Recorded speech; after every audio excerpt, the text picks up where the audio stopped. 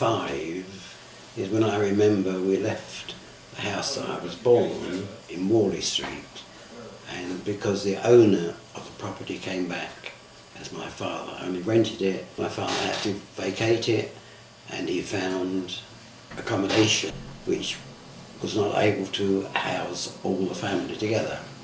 So I became resident with Teddy Cowlin and his family. Ted was the only child, and I used to go around his house from school and take my night things, and I used to be fed around there in the evening meal. His mother used to put polish on the hall parquet flooring, and we used to put his father's heavy socks on. We used to run up and down the long passageway polishing the floor.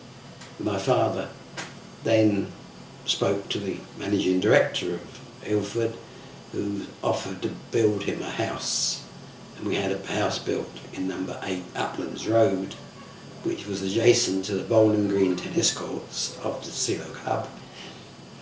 And we moved there when I was somewhere in the region of about 6 or 7. We had a nice house with 3 bedrooms, and to those days it was a modern house, and we had a bathroom. Well, John was my eldest brother, and he was 2 years older than myself, and then Frank was the youngest brother, 7 years younger than me, and Florrie was her only sister, and she was 3 years younger than me. In the schooling, we didn't have reports as you have today. You used to have a general report saying whether you'd done well or not at school, and the subjects were not highlighted. The reports were quite good for attendance. I didn't pass the 11 plus. Of course, you didn't go to higher education, which you would have gone until you was about 18 or maybe more. Therefore, at the age of 14, I left school, and I then went into private service because I left home. As a young child, I was very fortunate in having a grandfather who was a tailor with his own business. I say fortunate because he made clothes for me and my brothers to fit them, and my early clothes were velvet material with lace collars and lace cuffs, and I know that as a young child I used to object to Grandad Hardin making my trousers and things for him because everything was lined in those days, and the lining was very, very unusual because nobody had lined clothes, especially lined trousers as a boy. And I know that at one stage I did say to my mother, "Can I have some clothes from a shop? Because Grandad makes them too good." And she said, "No, you can't, because Grandad's making your clothes." And that was the end of the story. We used to go to a place in Lowestoft for our annual holiday, and we stopped in a pub. I think it was a pub. We used to enjoy that because we used to go by public transport, which was by train, and it was quite nice to get on a train, and because a lot of people didn't travel very far, and we were going a long, long way to go to Lowestoft. But I don't remember any holidays with my family and my stepmother. I don't think I had any at all. If we did, I didn't go with them. We lived in number 8 Uplands Road quite happily until my mother got cancer. Prior to passing away, we used to pray each night, kneeling down by the bed, my elder brother and myself, with my father, praying for mother to get better. But of course she didn't. And she died when I was 10. When she died, she had a child which was 18 months, and it was called Jessie. But unfortunately, my father was not able to keep Jessie because he couldn't look after her and go to work. So it was adopted by Elsie, Auntie Elsie, who could not have any children, and so she adopted Jessie, and she renamed her when she adopted her.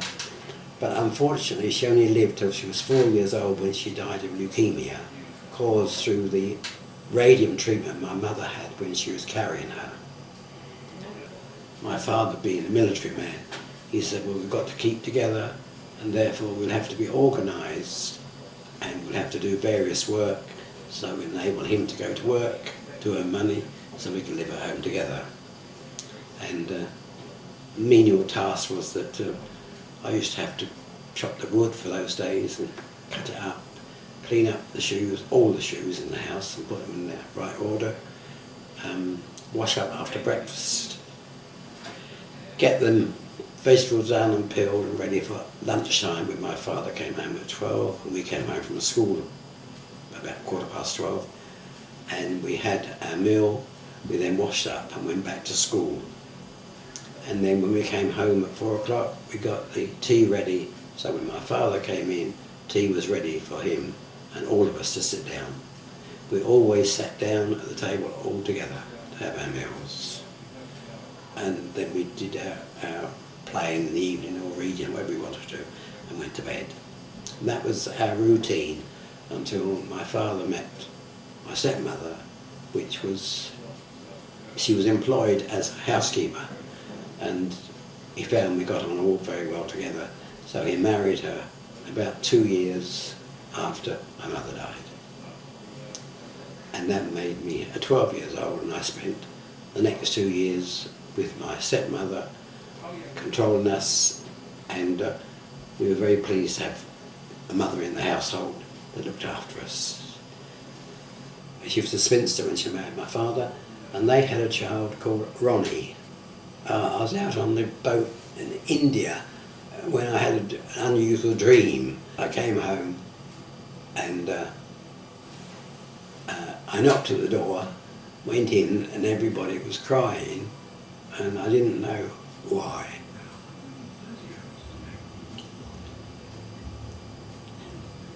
I think it was 6 months later when I came home.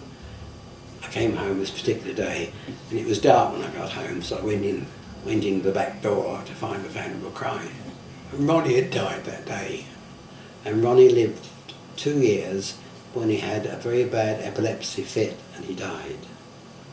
And he was buried in Woodman Road Cemetery. And it was from there that I took up the position of my father, because he was too ill in hospital at the time. What was wrong with your dad? My father, I think he had ulcers very badly, but I can't really remember. And then I got to the age of 14 when my father said, well, you've been home long enough, it's time you went out and found your own way in the world.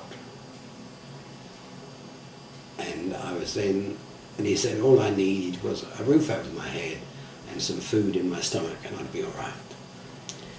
And then in order to go out to find a roof over my head with food in my stomach, I went into private service and worked for Sir John and Lady Smith, who lived in Bower House.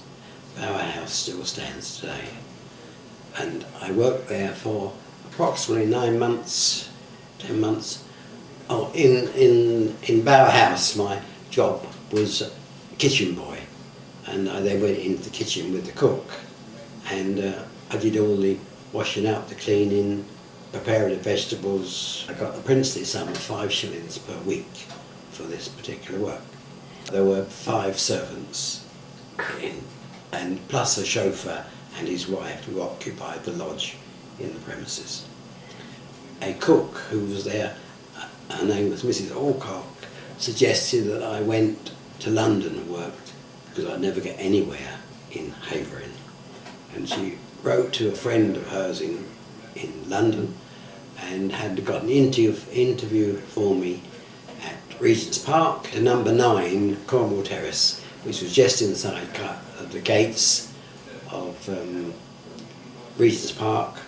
The nearest station was Baker Street. I joined them as an underfootman, and I was then a general dog's body, doing all kinds of menial tasks, including silver cleanings and cleaning furniture, polishing furniture, cleaning shoes, polishing and cleaning, along with the butler, and also attending tables. And the name of the people were Tannerhausen, and they were German Jews. There were two 2 people resident in the house, and there were 6 servants there. And I was paid 5 shillings a week here again, and that included my accommodation, which I had my own room, food, and my uniform was paid for. And I did get half a day per week off. It was there that I used to go out with the housemaid, one of the junior housemaids, and if we had half a day together, we used to go to the cinema. It was Jessie.